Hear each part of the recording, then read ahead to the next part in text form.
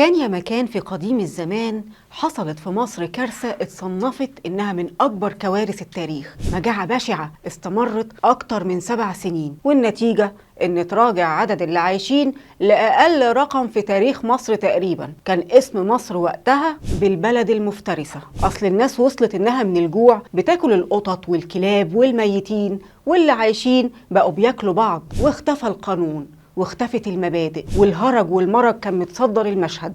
أحداث محدش يقدر يتخيلها مهما كتب عنها المؤرخين. والكارثة دي اتذكرت في مسلسل الحشاشين في رمضان 2024. طيب ازاي وليه حصلت الكارثة دي؟ والأهم خرجنا منها ازاي؟ تعالوا بقى نحكي الحكاية من الأول خالص. حكاية الشدة المستنصرية أو الشدة العظمى وأمير الجيوش بدر الدين الجمالي. أهلا بيكم وبرنامج عين، وأنا علا أبو السعدات.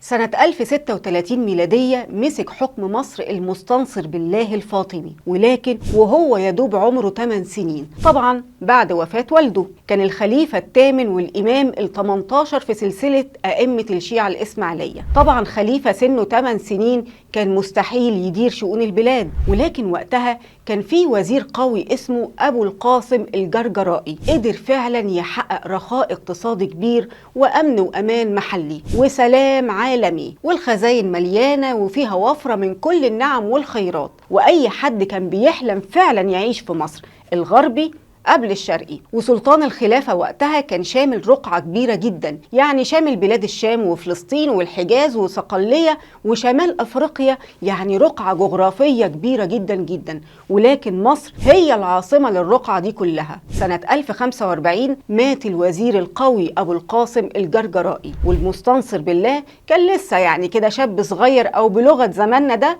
مراهق يعني. فاتدخلت بقى أم الخليفة المستنصر بالله، أو كان اسمها الست رصد، وزي ما اتلقبت وقتها بالسيدة الملكة علشان طبعا تحافظ على ملك ابنها. الست رصد كانت ست قوية ومفترية وشخصية مسيطرة بغباء، وللعلم إنها في الأصل جارية نوبية للخليفة الفاطمي الظاهر لإعزاز دين الله اللي هو أبو المستنصر بالله، وبقت أم الخليفة، ودي مكانة كبيرة جدا جدا. المهم الست رصد اتدخلت في كل صغيرة وكبيرة، تشيل وزراء وتحط وزراء وتسجن فلان وتعدم علان، ويا ويله اللي يقول لها انت بتعملي ايه بس يا ست. واكبر غلطة بقى واللي جابت البلد الارض وقتها انها عزلت اقوى وزير في الدولة، وهو اليازوري اللي كان متحكم في الجيش وقادر يسيطر عليه. جيش الفاطميين على فكرة كان بيضم جنسيات كتير جدا، فبسبب عملتها دي الجيش بقى في فتنة عظيمة جدا، ووصل انه بيحارب بعضه، والدولة العظيمة اللي ليها هيلمان كبير ما بقاش ليها حاكم، وكلها صراعات داخلية لا ليها اول من اخر. وقتها الناس اتشغلت في الصراعات والانقسامات الداخلية دي، فحصل الشيء اللي كان لا على البال ولا على الخاطر. منسوب مية النيل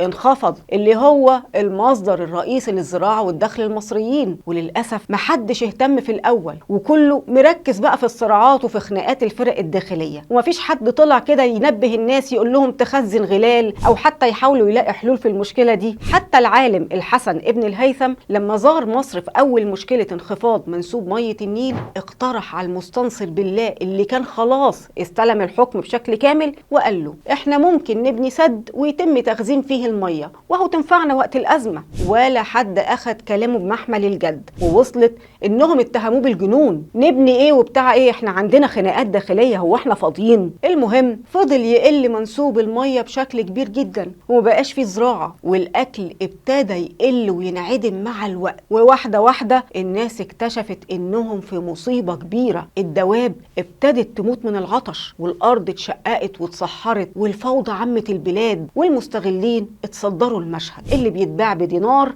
بقى بيتباع ب100 و1000. مخزون الأكل خلص، والفلوس ما بقاش ليها أي قيمة، أصل لا فيه لا أكل ولا بضاعة والدنيا باظت على الآخر، ولا حتى أي تاجر عاقل يقدر يدخل مصر في الوقت ده. طيب يعملوا إيه؟ ابتدوا ياكلوا القطط والكلاب للي يلاقيها أصلا. اصل احنا بنتكلم في 7 سنين بحالهم، مش شهر ولا 2. وبعدين بقى لا في حيوانات من اي نوع، لا قطط ولا كلاب ولا جمال ولا حصنة ولا حتى مواشي. طيب وبعدين هيموتوا من الجوع، وطبعا الجوع كافر. فدخلوا بعد كده على الأطفال، ما هم بقى سهلين في الخطف. طيب اللي عنده شوية مبادئ يعمل إيه؟ بقوا بياكلوا الميتين. انتوا متخيلين؟ ومع اشتداد الأزمة وصلت ان خلاص بقوا بياكلوا بعض حتى لو كانوا من عيلة واحدة، واللي يلحق بقى ربنا ما يوري حد أبدا. وطبعا انتشرت الأمراض والأوبئة، وصل عدد الأموات في اليوم الواحد ل10,000 ل18,000 نفس بيموتوا يا إما من الجوع أو الأكل أو الخطف أو المرض. وحال البلد حقيقي كان أسوأ من الحروب مليون مرة، لدرجة ان مصر وقتها اتسمت بالبلد المفترسة. عدد الناس قل العدد غير مسبوق، والبلد بقت شبه مدينة أشباح. حتى السوق اللي دايما مليان ناس فضي تماما. الفترة دي وهي تقريبا 7 سنين اتسمت بالشدة العظمى أو الشدة المستنصرية، وكانت من سنة 1064 ميلادية ل 1071، ومصنفة إنها من أسوأ كوارث التاريخ. وحسب المصادر يعني اللي مات في مصر في الفترة دي كان حوالي 1,600,000، اللي هو عدد اللي عاش من الكارثة دي أقل من اللي مات. طيب نيجي بقى لسؤال مهم، عمل إيه الخليفة المستنصر بالله في الأزمة دي؟ طبعا هو حاول ينقذ ما يمكن إنقاذه، باع ممتلكاته لدرجة إنه هو نفسه افتقر. حاول بقى ينزل الجيش علشان يزرع الأرض،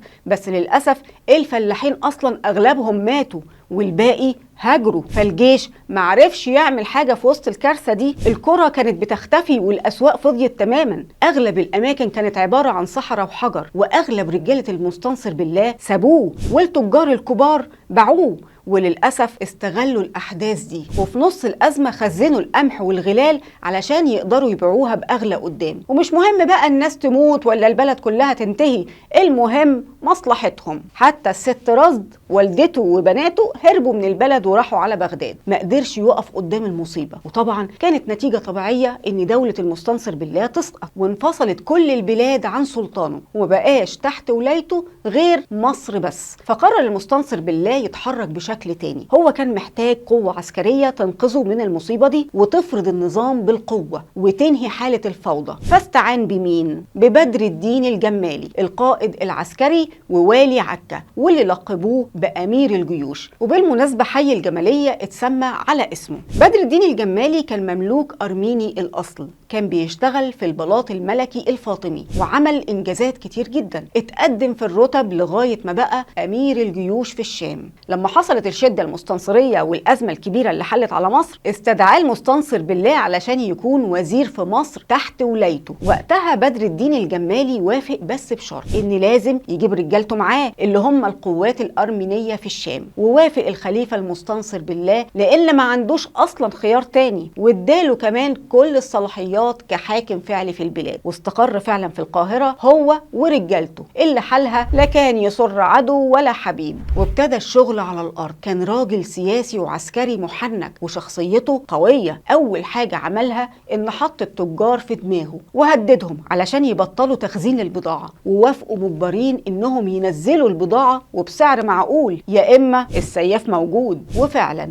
ابتدت الأسواق تشتغل، والناس اللي هي يعني لسه عايشة ما صدقت تلاقي العيش، والنور ابتدى يظهر من تاني. واشتغل بدر الدين الجمالي على الأمن الداخلي كمان، ولم المجرمين ومثيري الشغب والقتلة وسجنهم. وابتدت دولة القانون والأمن والأمان تستقر واحدة واحدة. وقدر كمان يحل الصراعات بين الجيش واللي كان سبب فيها على فكرة الست رصد، وقدر ينظم شؤون الدولة وأنعش اقتصادها بأنه شجع الفلاحين إنهم يرجعوا يزرعوا من تاني، وشال من عليهم كل الأعباء والالتزامات وصلح لهم الجسور والترع. وفعلا ابتدت الأراضي تتزرع، ومع الوقت الإنتاج ظهر، وأسعار الحبوب والخضار ابتدت ترخص في السوق شوية، وسمعة مصر في الدول اللي حواليها ابتدت تتحسن. والتجار اللي بره حدود حدودها اطمنوا ان مصر اتغيرت ومبقتش الدولة المفترسة زي ما كان معروف عنها في الوقت ده، وحركة التجارة نشطت من تاني والحمد لله. بدر الدين الجمالي عمل إصلاح حقيقي في البلد وقدر يرجعها أحسن من الأول، فصلح سور القاهرة اللي اتهد أيام الشدة المستنصرية، وبرضه علشان يدخل فيها جامع الحاكم اللي بناه الخليفة الحاكم بأمر الله خارج أسوارها،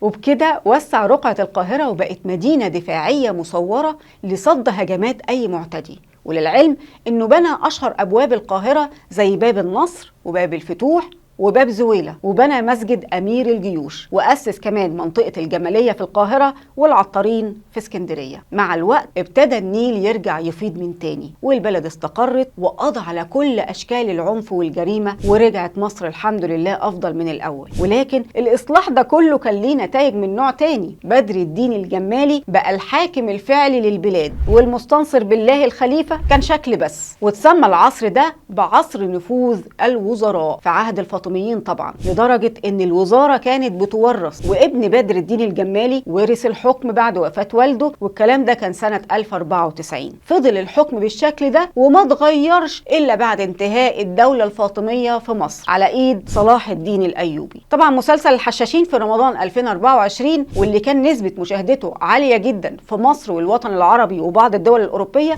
جاب سيرة بدر الدين الجمالي والشدة المستنصرية، ولكن كان إلقاء الضوء أكتر على طائفة الحشاشين الإسماعيلية صاحبة الاغتيالات السرية ومؤسسها حسن الصباح. وخلصت حكاية الوزير بدر الدين الجمالي اللي قدر يخرج مصر من أسوأ أزماتها على مر التاريخ، وهي أزمة الشدة المستنصرية أو الشدة العظمى. الله يرحم كل من خدم البلد في كل زمان ومكان. كنت معاكم علا أبو السعدات وبرنامج عين.